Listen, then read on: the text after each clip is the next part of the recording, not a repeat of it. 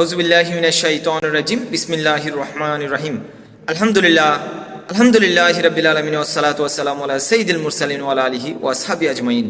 সমস্ত প্রশংসা ওই মহান রব্বুল আলামিনের দরবারে, যে রব্বুল আলামিন আমাদেরকে এখনো পর্যন্ত শ্বাস প্রশ্বাস নেওয়ার জন্য তৌফিক দান করেছেন। সেই মহান রবের দরবারে শুকরিয়া জ্ঞাপনার্থে বলছি আলহামদুলিল্লাহ। এবং নবী মুহাম্মদ মুস্তাফা সাল্লাল্লাহু আলাইহি ওয়াসাল্লামের উপর লাখো কোটি কোটি দরুদ ও সালাম পেশ করে শুরু করছি আজকের আলোচনা। আজকে অনেক দিন যাবৎ আপনাদের সামনে কোনো আলোচনা নিয়ে আসা হয় না, কোনো ভিডিও নিয়ে আসা হয় না। তাই আজকে ভাবলাম আপনাদের সাথে একটু ঈদের শুভেচ্ছা বিনিময় করি। যদিও বা ঈদ চলে গিয়েছে 2-3-4 দিন হলো, তারপরও সকলকে জানাচ্ছি ঈদ মুবারক, ঈদ মুবারক।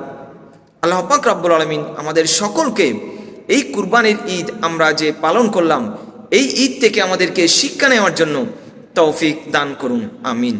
এই ঈদের শিক্ষা, কুরবানির শিক্ষা কি? আমরা পশু জবাইয়ের মাধ্যমে আমরা আমাদের ভেতর যে মনের ভেতর যে পশুত্ব লুকিয়ে থাকে মানুষের, সেই পশুত্বকে আমরা কুরবানি দেওয়া হচ্ছে এই কুরবানির আসল শিক্ষা।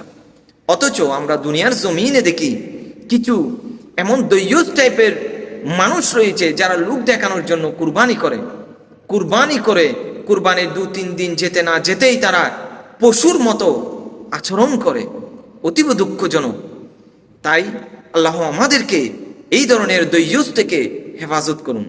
আপনি দেখতে পাবেন আপনার আশেপাশেও রয়েছে, আমার আশেপাশেও রয়েছে, আপনি দেখতে পাবেন কুরবানি দিয়েছে পশুর মতো মূর্খ ইতর টাইপের লোক। এগুলা সবার আশেপাশে থাকে, কিছু কিছু 2-1 জন ইতর টাইপের লোক। তারা আপনাকে যে কোনো মনোমালিন্যে, যে কোনো কারণে অকারণে মানুষের ভেতরে সমস্যা হয়, মনোমালিন্য হয়, এগুলো থাকবে পৃথিবীর জমিনে। কিন্তু আপনি কাউকে অশ্রাব্য ভাষায়, অশ্লীল ভাষায় একজনের মা বাবাকে তুলে আপনি গালি দিতে পারেন না।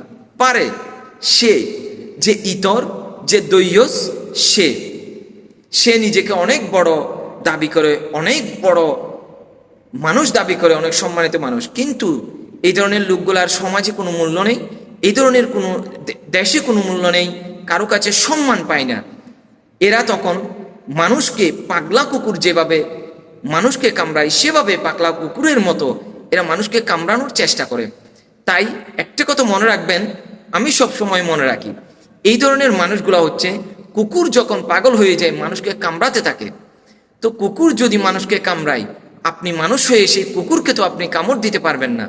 আপনি একজন জ্ঞানী মানুষ, মানুষকে আল্লাহ পাক রব্বুল আলামিন জ্ঞান দিয়ে, মানুষকে বুঝার ক্ষমতা দিয়ে আল্লাহ পাক রব্বুল আলামিন সৃষ্টি করেছেন।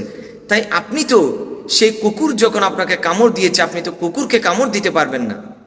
তাহলে তার মাঝে আর আপনার মাঝে কি পার্থক্য থাকলো? তাহলে আপনি কুকুরকে কখনো কামড় দেবেন না, আপনি কুকুর থেকে আপনি কৌশলে সরে থাকবেন। এটাই হচ্ছে মানুষের শিক্ষা। আল্লাহ পাক রব্বুল আলামিন আমাদের সকলকে এই ধরনের জাহেল, এই ধরনের মূর্খ, এই ধরনের দৈয়ুসগুলো থেকে বেঁচে থাকার জন্য আল্লাহ পাক রব্বুল আলামিন তৌফিক দান করুন। সকলের কাছে, সকলের আশেপাশে এই ধরনের লোকগুলো রয়েছে, দেখবেন আপনি আপনার আশেপাশেও রয়েছে মূর্খ ইতর টাইপের লোক, যেগুলো মুখে কোনো কথা আটকায় না, যেগুলা মা বাবা, মা মাসিকে ধরে যারা গালিগালাজ করতে পারে এবং অন্যের সম্মান কিভাবে হানি করা যায় তারা সে চিন্তা ভাবনা করতে পারে, এমন লোকগুলো আপনার আশেপাশেই রয়েছে। আল্লাহ পাক আমাদের